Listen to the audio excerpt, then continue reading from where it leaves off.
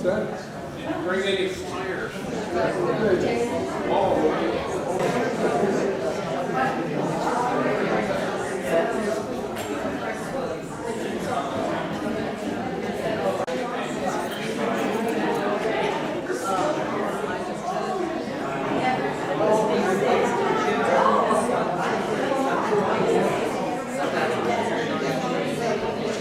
want to thank everyone who's helped arrange it. First, the Pine Plains Library and Marguerite Hill, who is really the inspiration for having Bernie come here. And I don't think Marguerite's in the room, but do thank her. I also want to thank the Pine Plains Historical Society and the HOP, the Heart of Pine Plains, which is our local community center. In case you don't know me, I'm John Henry Lowe. I've lived in town since 1987. And just by sheer coincidence, I moved into a house that was built by a man who wrote the foreword for the book Pine Plains Railroads, Frank French. And the Pine Plains Historical Society will be selling this book. Bernie also has his own book, the 25 years on the Newburgh, Dutchess, and Connecticut Railroad, and also a book on the Hopewell Junction depot restoration, which he's been implementing so successfully for all these years, a long time coming. This week marks the 150th anniversary of the Transcontinental Railroad Act, signed into law by President Abraham Lincoln. It was just dumb luck that it happened this week. We didn't plan it. But it did provide a lot of the inspiration of why we ultimately had railroads in this area. It obviously created an enormous amount of national interest. It changed our country, it changed the world. And many years after the Transcontinental Railroad was built, we had railroads here in Pine Plains, which Bernie will tell you all about. In fact, in 1900, we had so many railroads in Pine Plains, Dutchess County was known at that time as the most over-railroaded county in the United States. Now, over-railroaded, I assume, is per capita because Pine Plains had about 800 people living in it at the time, and a place like Chicago or New York City with millions of people had a few more trains. But per population, it was a huge number. In fact, there were 18 passenger trains a day which stopped in this town, discharging and picking up passengers, leaving mail, express baggage, and all that other stuff. One other thing I wanted to mention is Bernie is instrumental in a group who's represented here in the back, Joe Mado and Ed Hutowski. And every year, a trip is organized that follows the old right-of-way of the Central New England Railway, which thing is on my shirt here. Bernie's going to talk a lot about the Central New England because that was ultimately the organization which took in all the railroads that ran through this town. And this group, the stalwart group each year, usually in April, I think it's April 7th. April 7th. April 7th, organizes a bus tour. And a couple of buses are loaded with people who are interested. Bernie and others will be on the buses to narrate the tour. Bernie also produces a fabulous tour book, and copies are available in the back for perusal. The Pine Plains Library has a full set of them, if you want to take a look through the years of how these trips have gone. And these books have an enormous amount of information that is just fascinating, timetables, maps, photos, and so forth. And so the group started following the railway in Hartford, Connecticut, which was its easternmost terminus. And each year they'll follow a little segment, find the old structures that are left, or foundations, bridge abutments, other evidence of the railroad. And there's quite a bit of evidence still available in this area. And the tour over the years then went all the way across the Poughkeepsie Railway Bridge to Millbrook, New York, which was the westernmost terminus, and also down to Danbury, Connecticut, which was another branch of the same set of lines. But I think I should let Bernie tell you all about that, because he is ready to blow the whistle and have the train. Well, I don't think you brought a whistle. I didn't bring the whistle with me. and let the train pull out of the station. Bernie. Basically, what I'm going to do is talk about the railroads that came through Pine Plains area. There were 3 railroads that came through the immediate area of Pine Plains, and the 4th one was just a couple miles north of here at Silvernails. So there were 4 railroads I'm going to talk about this afternoon. The ND&C, which is this one, that was the first one. Then the P&C, the P&E, and the R&C. And we'll get to each one of those in turn as we go along. The old original headquarters building of this ND&C Railroad is in Mattawan, which is now part of the city of Beacon. And they went to renovate the building a few years ago, and they found the original record books of the railroad up in the loft. These big 11 by 17 ledger books, all handwritten, from 1879 to 1904. So there was 30,000 pages of office records. Which train was late, which train crew got busted for stealing apples, the washroom sink is clogged again, and everything that happened to the railroad for those 25 years. So I looked at that and I said, I got to do something with it, and I turned it into this book. So this book is a condensation of 30,000 pages of original office records. The first railroad that came through this area was this ND&C. There were earlier railroads that ran north and south along the Hudson River, and also the Harlem line that ran up along the Connecticut border. Those came through around 1850.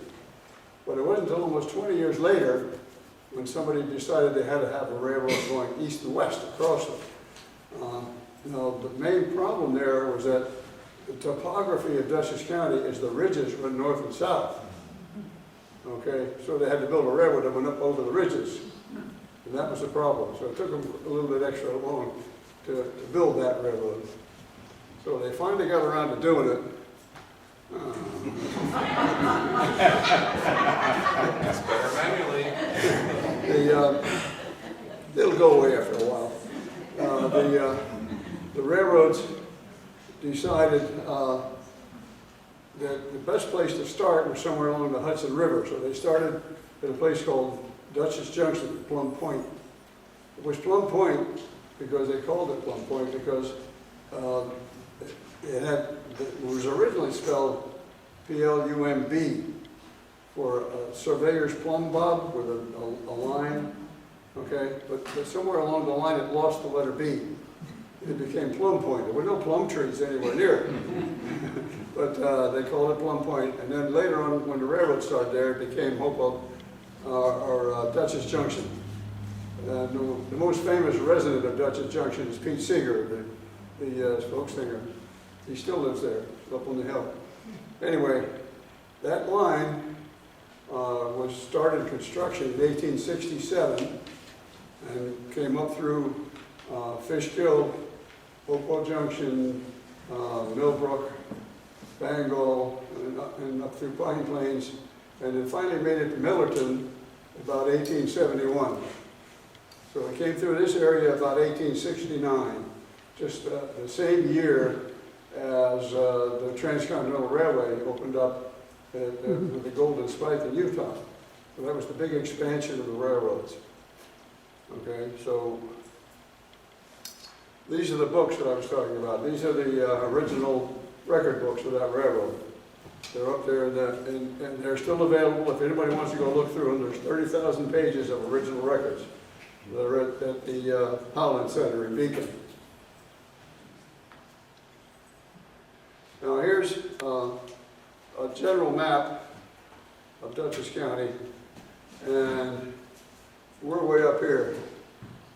And the line we're talking about, the ND&C, started down here in this corner, right in here. This is where Dutchess Junction is. It's almost in Putnam County, just south of Beacon.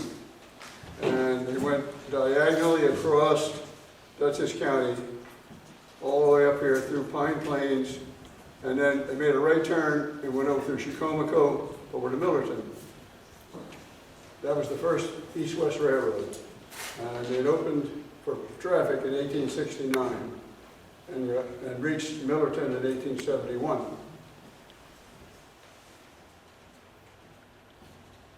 And this man was George Brown. He was the financial backing to build that railroad.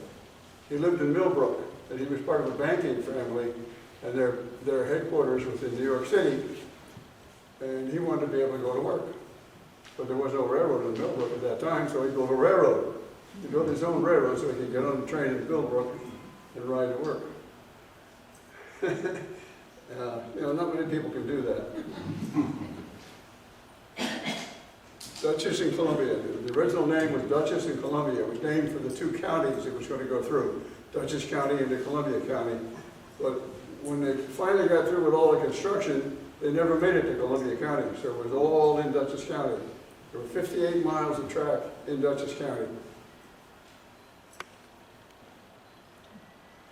And building a railroad back in those days was a lot of manual labor. Horses and donkeys and shovels, picks.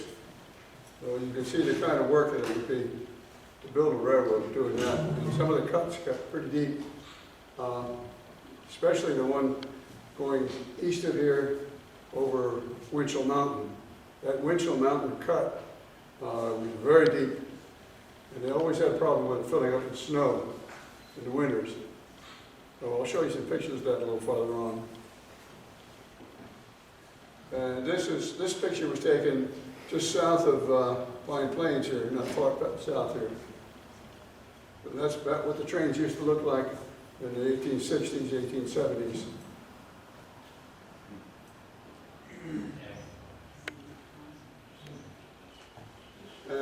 What happened was, when they built the railroad line through here, before the first revenue run, for some strange reason, George Brown leased the entire operation to the Boston, Hartford, and Erie. So the first revenue run, it was a BH&E train. Well, that only lasted less than a year when they went bankrupt. So it went back to being the Dutchess and Columbia again.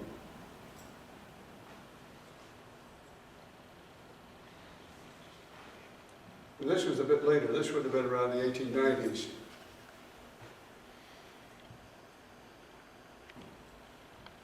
The Dutchess and Columbia, new timetable, 1871. What happened was that George Brown had greater ideas. He wanted to build a railroad from New York City north, and he organized a whole string of small, short railroads, and to build some connecting links to build a complete line from New York City to Montreal, Canada. They called it New York, Boston, and Northern, which lasted about 3 months. And then they changed the name to New York, Boston, and Montreal. So he was going to go all the way to Montreal with that line. The problem was they went bankrupt in 1873, and it went back to being the Dutchess and Columbia again. So it changed names. It had about 6 different names in the first 5 years of its life. And there were still pieces and parts of the New York, Boston, and Montreal along the line, even well after that.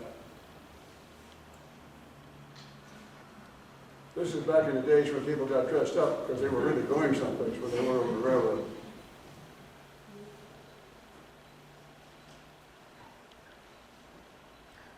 Then in 1873, the Dutchess and Columbia went bankrupt. They went into receivership, and it was reorganized and became the Newburgh, Dutchess, and Connecticut in 1877. So here we are, only, 9 years, and it had all those different names in 9 years. But now George Brown had this railroad, the Newburgh, Dutchess, and Connecticut, but he pulled his horns in and said, well, we're not going to go to Canada this time. So it was a much more stable operation, and it lasted 25 years as the MD&C. Health, pleasure, wealth, Newburgh, Dutchess, and Connecticut Railroad. All the great things that the healthy air come out of the country, because what was happening was that the railroads were totally opening up the society. It had been farmland, dairy products, woodland, and the railroads suddenly brought in things like you could get a daily newspaper from New York City the day it was printed. And you could actually go to New York City and come back and be back for your chores the next day. Oh, and the railroad stations suddenly had things like a telegraph. And what the telegraph brought in weather reports, news forecasts, and they posted this right on the walls of the depot. So the depot became the social center of town, most of the little towns. And in a lot of those little towns along there, it actually became where they would actually have the town hall meetings in the depot. Because the railroad was the most important part, but the rest of it were just farms around it.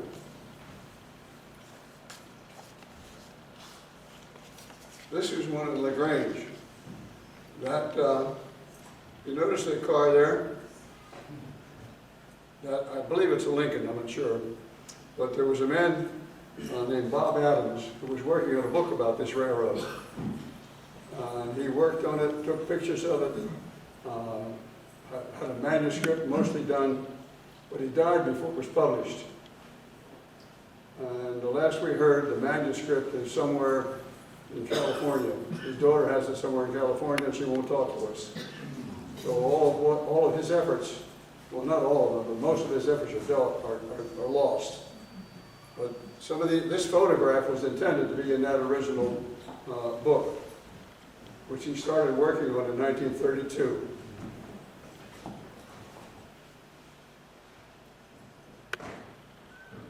There we go at Moore's Mills. You're familiar with where Moore's Mills is, down Route 82. Looks like nice countryside, doesn't it? Yeah. And there is the Central New England Railway in Millbrook. It didn't become Central New England until after 1904. Central New England came in and bought the whole works. But by 1904, it was called Central New England. But this is Millbrook. And this is the park area in Millbrook. If you come up Route 44, come in this way, and you make that right turn up Franklin Street, the train station was right there in that park.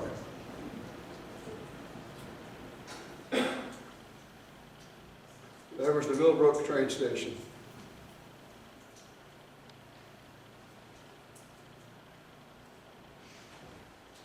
Excuse me. Did that train run all the way from Millbrook up to Pine Plains through the valley here? It's the same set of tracks run all the way through Bangor, Pine Plains, up to Chicomago and Millerton. This is the trestle that's just outside of Millbrook. It's not there anymore, it's long gone. But that trestle was just on the north side of Millbrook. And this is, if you're familiar where Anson Road is, and Anson's Crossing, the railroad ran along roughly parallel with Anson Road. And this is when they were building that archway there. Now, if you go over there along Anson Road, it runs right along the other side of this, and that archway is still there. Even though the railroad itself is gone, the arch is still there. There, they finished the arch and the train running over it. And this is what it looks like today. If you go along Anson Road, this is the guardrail for Anson Road right here, right next to it. Coming from Bangor, coming north. And this is the beautiful downtown Bangor. The business park, I said the business block right there. Now you notice the railroad station is over there. For some reason or other, we don't know why, nobody's been able to come up with a good reason why, they decided the railroad station was on the wrong side of the tracks. So what they did,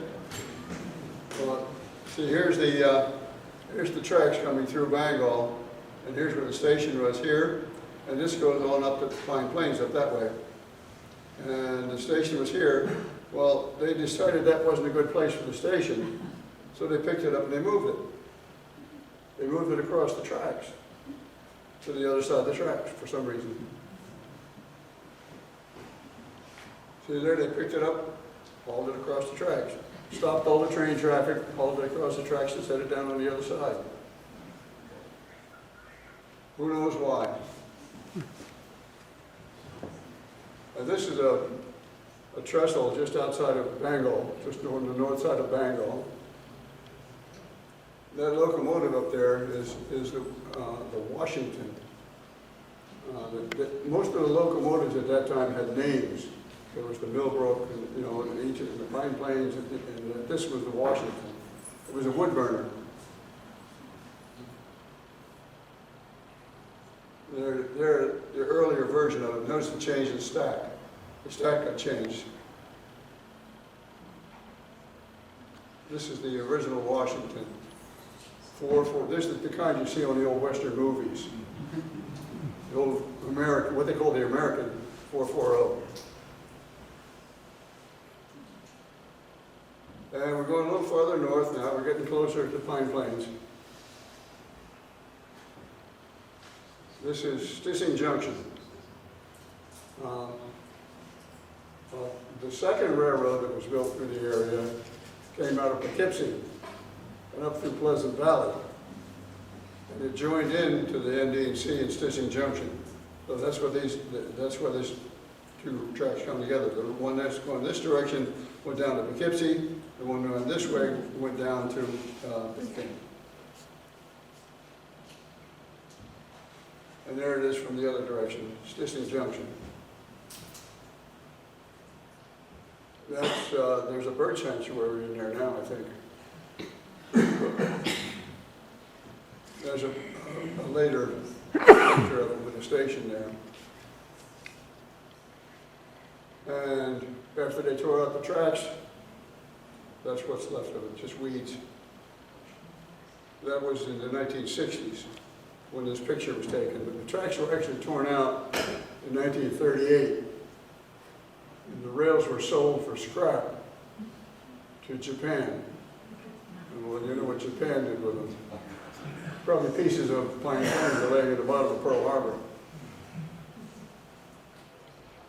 This is Stissing Junction again, and they had the water tank there. The foundation of that water tank is still there.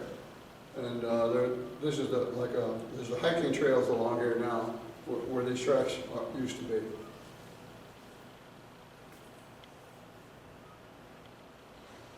And we can be a little farther north. Many of the little farms along the line had flag stops. So if you wanted to go on a train, there was no agent there. If you wanted to get on the train, you stood out there with a flag and waved them down. And they would stop for you, most of the time.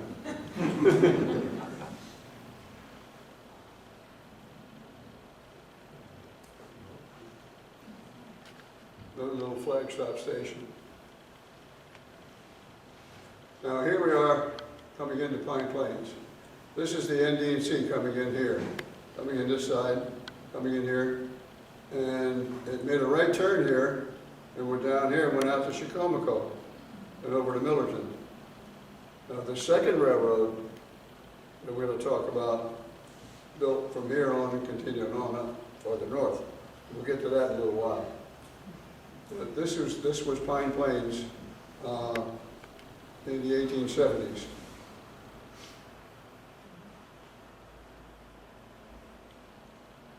Anybody recognize that building?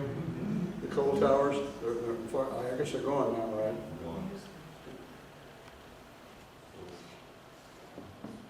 They were looking pretty sad there for a while.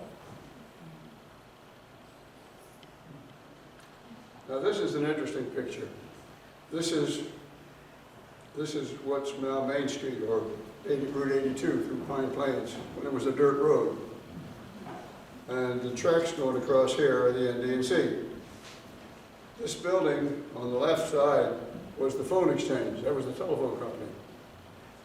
Now you notice way down the street there, right in there, there's a couple more railroad crossing signs. That was the second railroad there. I want to show you a little bit about that one.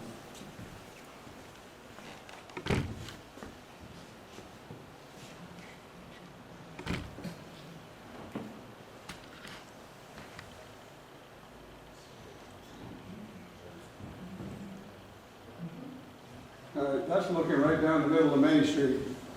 And you can see that crossing.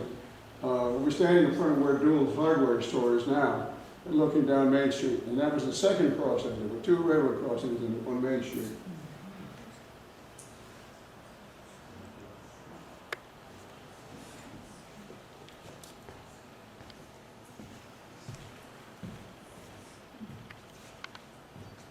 Now, from that same corner, if we turn around and look the other way, this is looking, what to the left now is Duels Hardware, and to the right where the station is now, that's the fire department over there now. But this was the NDC coming through here. And this dirt road was Route 82. Main Street, I guess you'd call it. And this is looking the other way, looking towards Chicomico, going that way. Notice it said gasoline. They were starting to have things like cars. What are those smelly things? Oh! The railroad said, well, we don't very worry about that.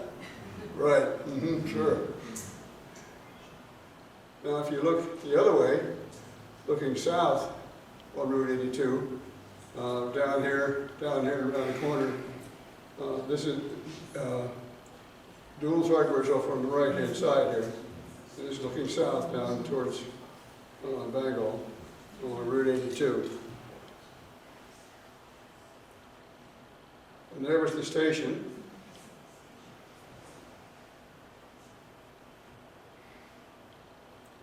There's some of the crew that were there. I'm not sure the names of the people involved there, but this switching shanty is still in existence. I'm not sure what street it's on, the name of the street, but it's over on the east side of Pine Plains in the guy's backyard. He used it for a tool shed.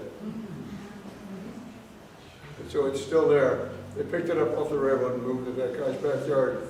He's been using it ever since. And this is the part of the old right-of-way that ran up through there. Now, after the tour, the tracks out, of course. And it went off of Lake Street, Lake Road. And this Borden's Creamery was over on the east side of town. That's where there was a station over here, the Borden's Creamery over going east of town.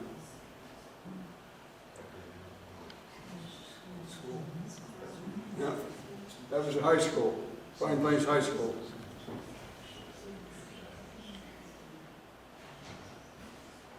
And if you know the right places to look around here, you can find bits and pieces of the old railroad viaducts. And you know, every time they had to cross a stream or something like that, they built one of these. So you can still find them, but a lot of them are now roads rather than railroads. Now, these were the inspectors. When they wanted to inspect the line to make sure everything was going right, they'd come along with one of these hand pump cars. You've seen those in the movie, I'm sure, with the hand pump, and away they go down the railroad tracks. But that was only for you know, they would have one or two guys on there who were the workers, and then, but the boss could ride. Now there's Pine Plains about 1953, that same corner. This was the railroad station was still there in 1953. A little snowy day in December, I guess. And here's the station again. You notice the baggage carts here. We have one of these baggage carts that we restored for Hopewell Junction. I'll show you that a little bit later on. And here we are inside the station. This fellow sitting over here, he was the taxi driver. He had a horse and wagon. When somebody was talking to here said they were with one of their relatives, somebody said, yeah, there she is back there. You want to talk to us a little bit about him? Bill Owens, he did a lot of things in town. He lost his arm in a coupling accident when he worked for the railroad. He had horses. He used to race down the horse track, but he was the first lamplighter in the town. And his grandson, Walter Shook, went around and helped him. But he was very, very thrifty man. And he used to drive, because the Pines was an elite place, and he would pick up the passengers, put them in his little cart, and take them up to the Pines, where my great-grandmother was the cook. So it was a family affair. Anyway, yeah, so he was quite the thrifty man. Yeah, he was well known in town. He was the Yes, he town was. taxi driver. The blizzard of 1888, they had 3 trains out on the line with passengers in them stuck that day. And they got them out into farmhouses or wherever they could find shelter. But it took 17 days and 200 men with shovels to clear the road, the railroad up to Millerton. So it took 17 days to open up the line.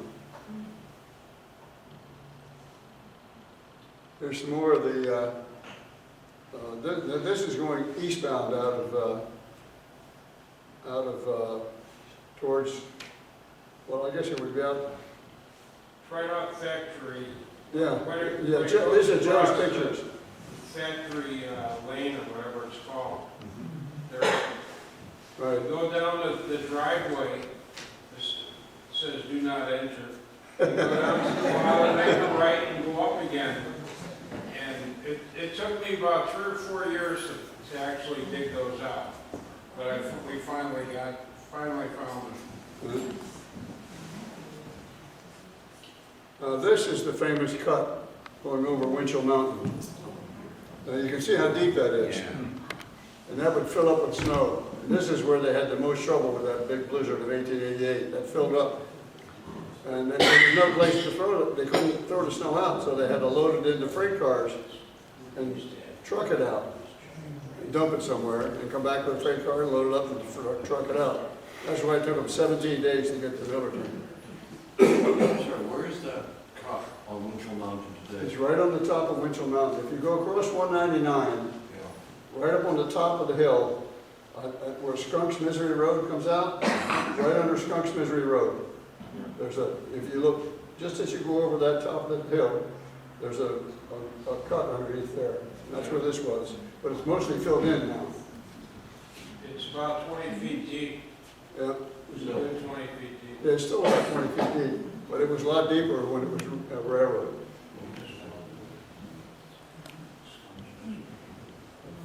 Okay, now that was the first railroad through here. The second railroad that came through was the P&E, the Poughkeepsie and Eastern. It started from Poughkeepsie, and it was started in 1872. So it was only a couple of years after the NDC when they built the P&E from Poughkeepsie up through here, up through this area, through Pleasant Valley, and up through Pine Plains. And when they got to Pine Plains, instead of turning and going over the mountain that way, they decided they wanted to go around the mountain. So they went north of Silvernails and around the mountain over to Boston Corners. Okay, so that's the second railroad we're going to talk about, P&E. This is in Pleasant Valley. This building now is on the school grounds of the West Road School. And they're supposed to be raising enough money to move it to be a permanent display at the Rhinebeck Fairgrounds.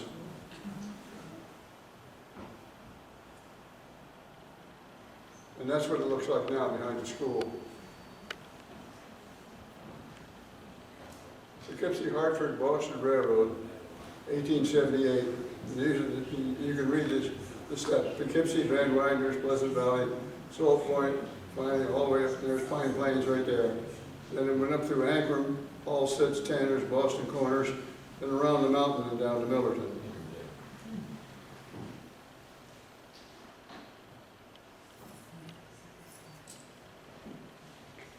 Notice this is a turntable. That's the handle. There's no motor to turn that thing. When you want to turn those locomotives around, you've got some husky men out there on those wooden handles and pushed it around. That was a lot of work sometimes. And when the locomotives got bigger, they wouldn't even fit on these old turntables, so later on they filled them in.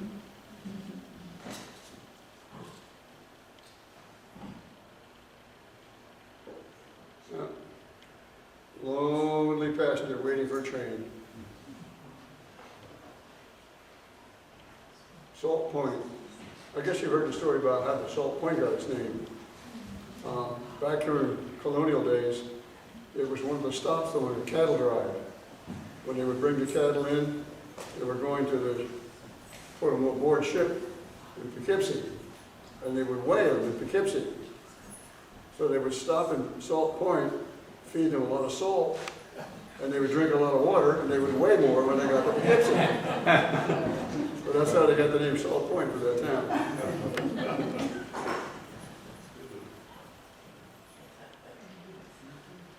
Of course, things didn't always go the way they were supposed to.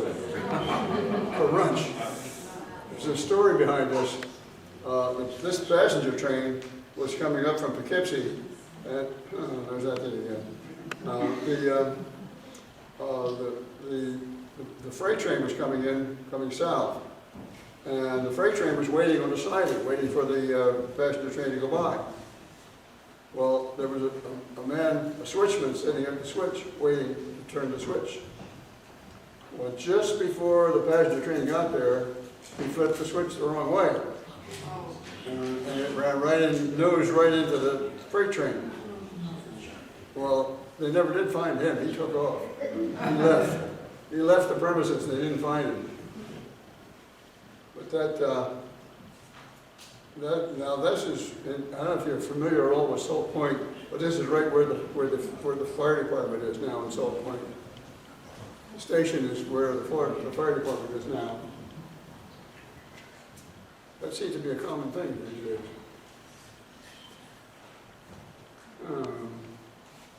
See if I can get rid of that. So you can see this is where the fire department is now in Salt Point.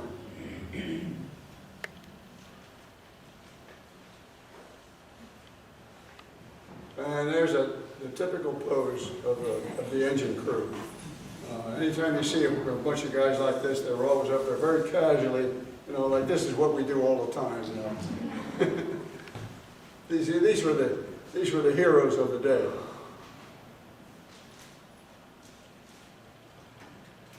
And we got the Clinton Corners. Oh, okay. See, there's a carriage, and apparently a bunch of people traveling somewhere. Who knows where they're going?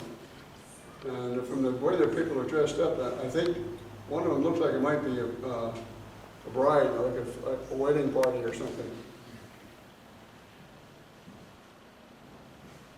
And this is Clinton Corners, and this was just before the tracks were torn out in the 1930s. This is Upton Lake. There was a resort kind of place there, and the train actually stopped right at Upton Lake, and they had platforms from the train right into the resort area at the lake.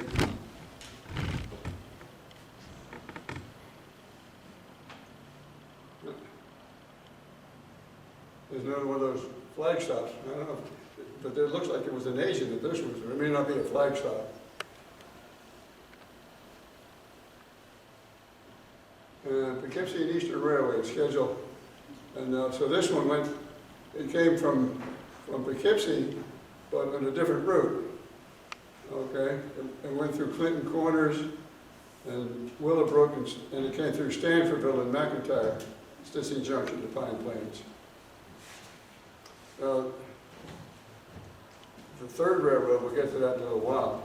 We're right along parallel with it. This is Stanfordville, and you can see there's the railroad coming through Stanfordville.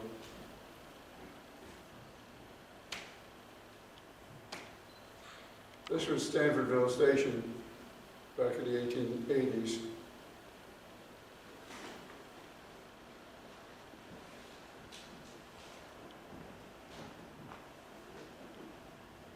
it says Spreeman's Hotel. Apparently that's Spreeman's Hotel over there, whoever that was. Somebody named Spreeman owned it, I guess. Now this picture was taken from the steeple of the church in Stanfordville. And you can see here, the steam train going by out here, and there were two railroads ran parallel. And Route 80, what's now Route 82 also ran through there, so there were a road and two railroads right through the middle of Stanfordville.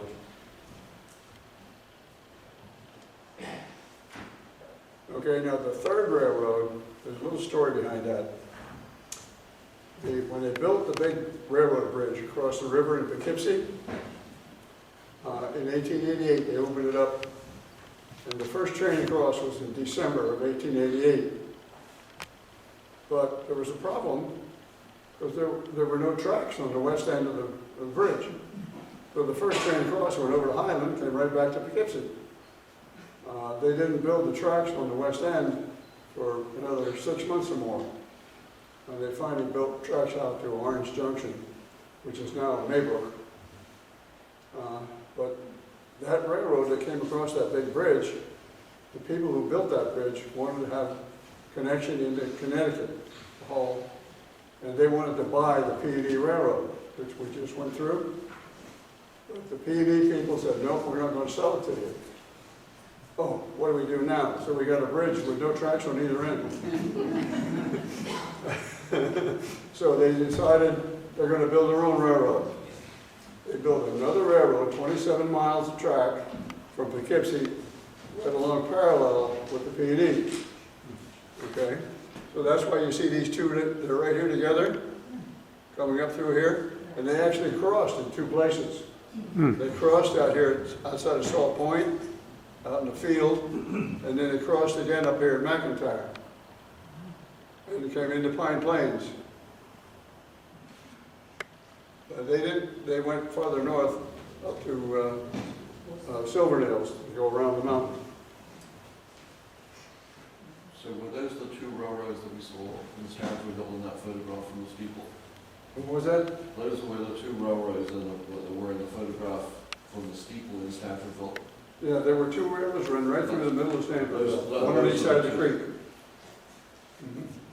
Now this is the field outside of Salt Point where they actually crossed. These are what's left of the abutments where they had the crossing. The P&C crossed over top of the P&E. Some of the abutments that are laying out there in the field in Salt Point. And then we get to Hibernia, which is just off the County Parkway right now. And just a little ways from that station, there was a swampy spot, big swampy spot in there. And that trestle is long gone, but these old stone abutments are still back in the back of Hibernia. On the east side of the Taconic Parkway in Hibernia. Here's a kind of a map of the town of Stanford, and you see the two railroads coming up here, one coming up here, and the third one coming up here. There were three railroads came through up there.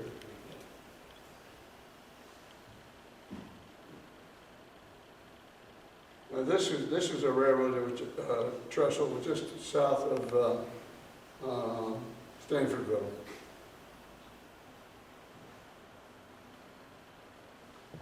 And this was the Stanfordville station.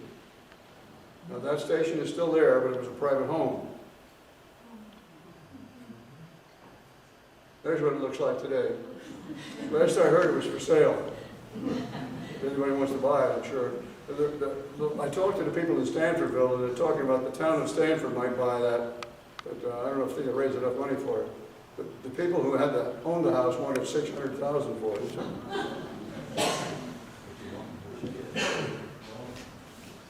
And this was the freight house that was right next to it. It was part of the property.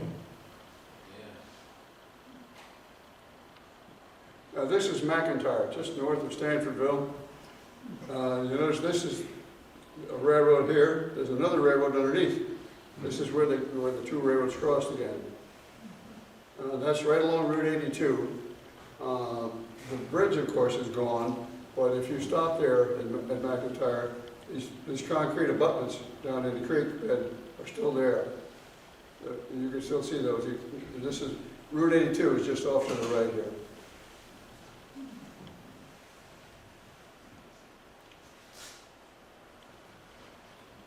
Basically the same picture. And there's the same. There it is from the other side. Now this, you can see that these concrete abutments down in the creek bed are the only thing that's left. The rest of it's all gone.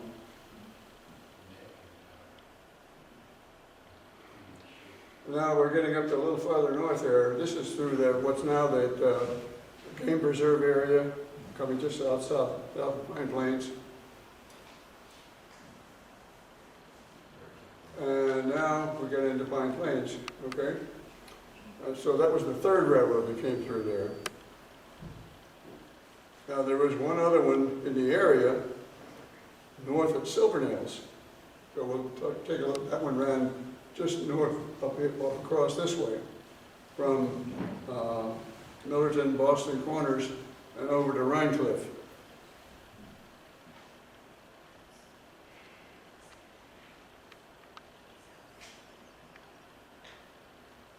Silvernails. And you see the agent here was Martin Wheeler, who was fairly well known around here, and his son Ray Wheeler also. And he worked in that station for many, many years for the railroad. And when they abandoned the railroad, somehow or other, I guess he bought the building and wound up living in the building after the railroad left. Some of the pictures I've got here are from his collection. And John, back there in the white shirt back there, he has access to that collection, and that's how I wound up with the pictures from Martin Wheeler's collection.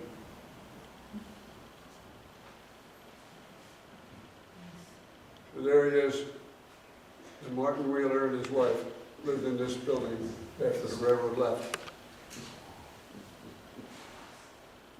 There's some of the workers working on the tracks around the Silvernails. There's a big horse farm there now, and I don't know if the last time I heard that horse farm was for sale too, if you want to buy a horse farm.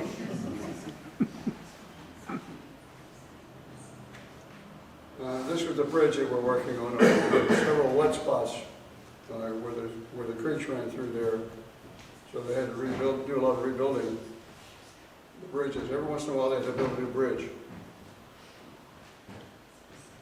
And there's Martin Wheeler, who was the agent up there.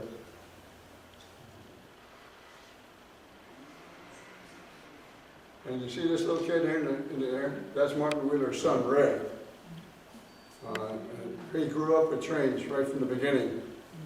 And he followed his father's footsteps, and he became an agent also, Ray Wheeler.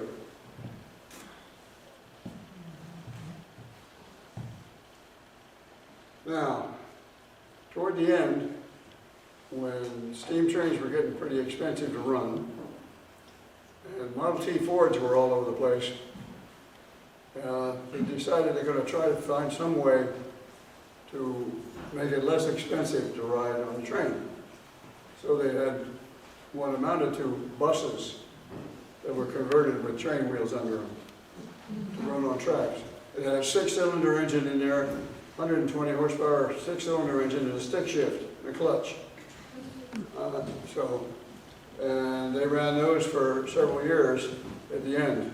But even those couldn't make a living at it because there wasn't enough. In Hopewell Junction, there was one ran through Hopewell Junction, and the other one ran down the other railroad through Pleasant Valley. And if you wanted to go to high school, there was no high school in Hopewell Junction at that time. You had to go to Beacon to get on the high school. Well, that was their school bus. They used to ride that to school every day. And the students called it the Green Turtle, apparently because it ran so fast, you know. They had 3 different models there. They had a Sykes and a Brill and a Mack. This happens to be a Mack. they lasted until 1933. And the last revenue run, last passenger run, was in 1933. And they sold these to Cuba. And the last we heard, these old Macs and Brills were running around the sugarcane fields in Cuba. So they may still be there, I don't know. Here's the railroads are going downhill in the 1930s to the point where there's no traffic anymore. This is the abandonments of the various lines. You notice starting in 1920s, and most of them wound up being abandoned in 1937 and 38. So the tracks that came through here were torn out in 1938. As I said before, the rails were sold for scrap to Japan.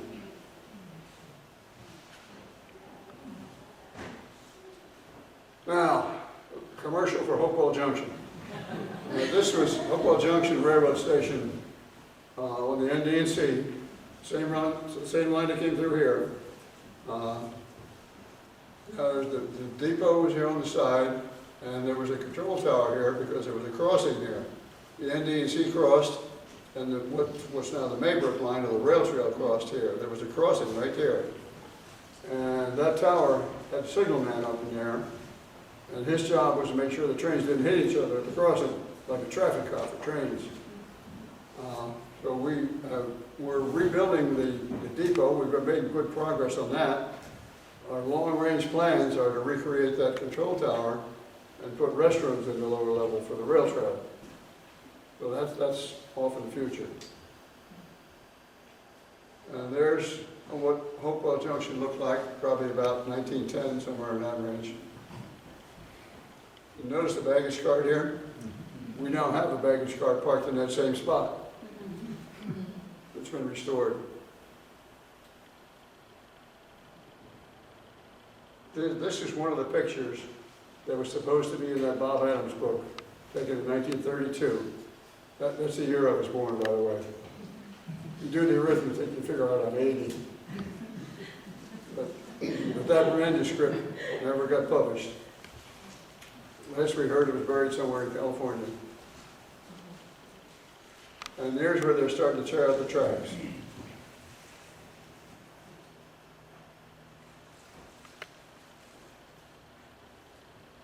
And this is what the building looked like probably about 1980. It was the big bridge in Poughkeepsie caught fire in 1974. And most of the rail traffic stopped.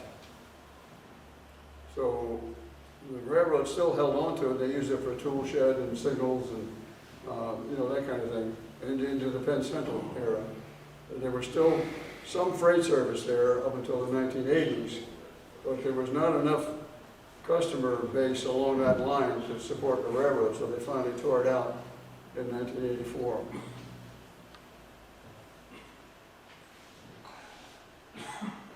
And then a local fireman wanted to be a hero.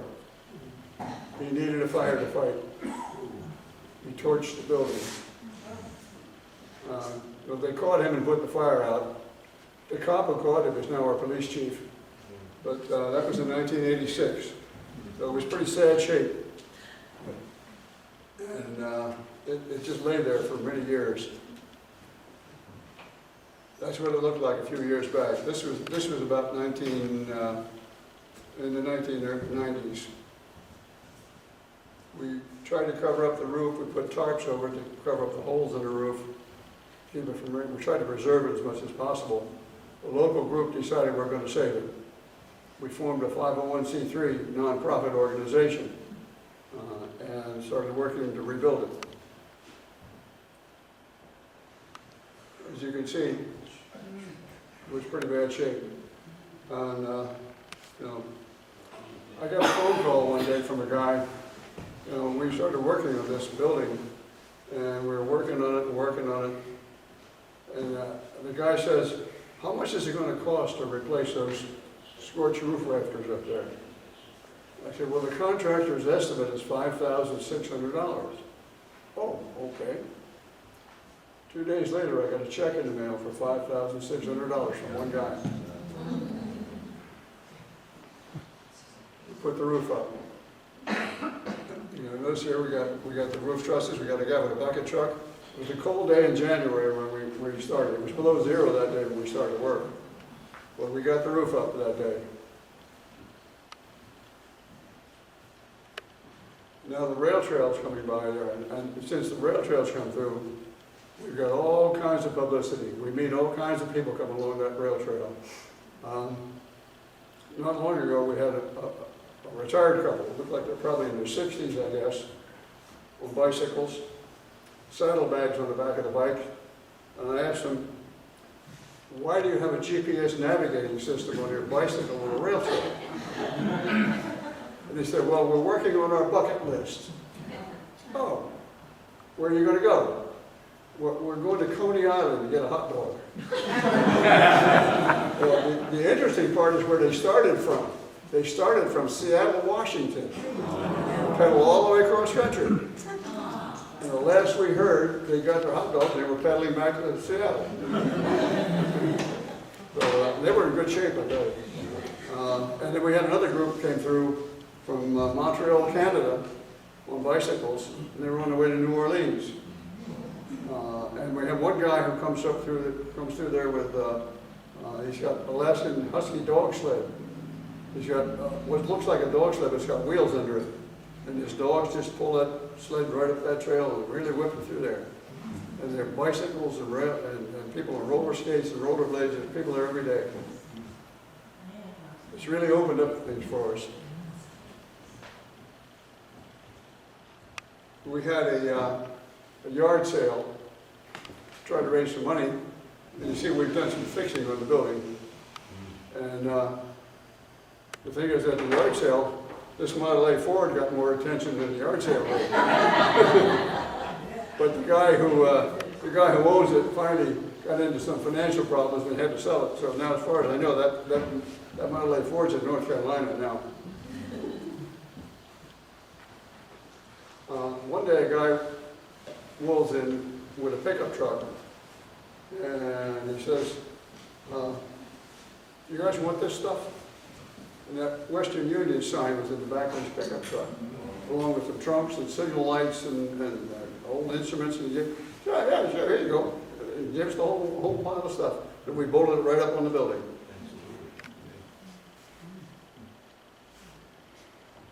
There's another sample of how you get along on a railroad trail. They rent these things. You can rent those to run on the trail. And we had our community day, East Fishkill Community Day a while back. And we entered our restored baggage cart in the parade. We got a trophy for second place. The senior citizens won first place because they had clown noses. But when we got this baggage cart, it was just a pile of metal parts. The wood was all gone. So we had to completely reconstruct all the wooden parts of it. The guy who actually did the job, his regular day, is a geologist, but he likes to work with his hands. So, I got a train whistle in my hand there. Every once in a while I honk that whistle at people along the parade route, and I got a big hand out of that. And this was a group of Cub Scouts. We came through on a tour. And we host anybody who was interested, Cub Scouts, school groups, anybody. And that's what the building looks like now. So it's quite a change from what it looked like when we first started. And that's about it as far as a commercial for Hopewell Junction. And I see Joe over here. He wants to talk about the C&E, right? You want to talk about it. Okay. Yeah, I'm one of the organizers of the Central New England Railway Tours. Every April, we have a tour. And we have information back there on the table about the tour. And we usually have about 2 busloads of people. And this coming April, it's going to be on April 7th. And we're going to start from Millerton. And we're going to do this area around Pine Plains and Silvernails and Boston Corners. So if anybody's interested in that tour, historic tour of that part of the C&E, that might be good for you. And there's samples back there. I write a guidebook for each tour, for each year. So I've done, what, 9 in a row now. And I'm working on the 10th one. What is your railroad background, sir? I'm an IBM computer engineer. Okay. My family background is railroads. My great-grandfather was station master in a little railroad station where the tracks crossed the Arctic Circle in the northern part of Sweden, what they used to call Lapland. My grandfather was a conductor on that line that runs over the mountains to Narvik, Norway. Jag svensk. Jag tror det svensk. No, actually, I was born in New Jersey, but I had to learn English in a hurry because when I started school, because the teacher was Italian. I had no idea what I was talking about. But then I spent 4 years in the U.S. Navy and then got into IBM engineering. My big project there, I guess, was the air traffic control system for the big airport. I worked on that for 5 years. You go to a paint store, you got this computer on the counter, you show a sample of a color, and it makes a formula. That was my project back about 25 years ago. And also, we had nuclear magnetic resonance. People didn't like the word nuclear, they changed the name of it to MRI. So that's all over the world now, so that was another one of my projects. Anyway, I had a lot of fun with IBM. And I retired 21 years ago, so I highly recommend that. Any more questions?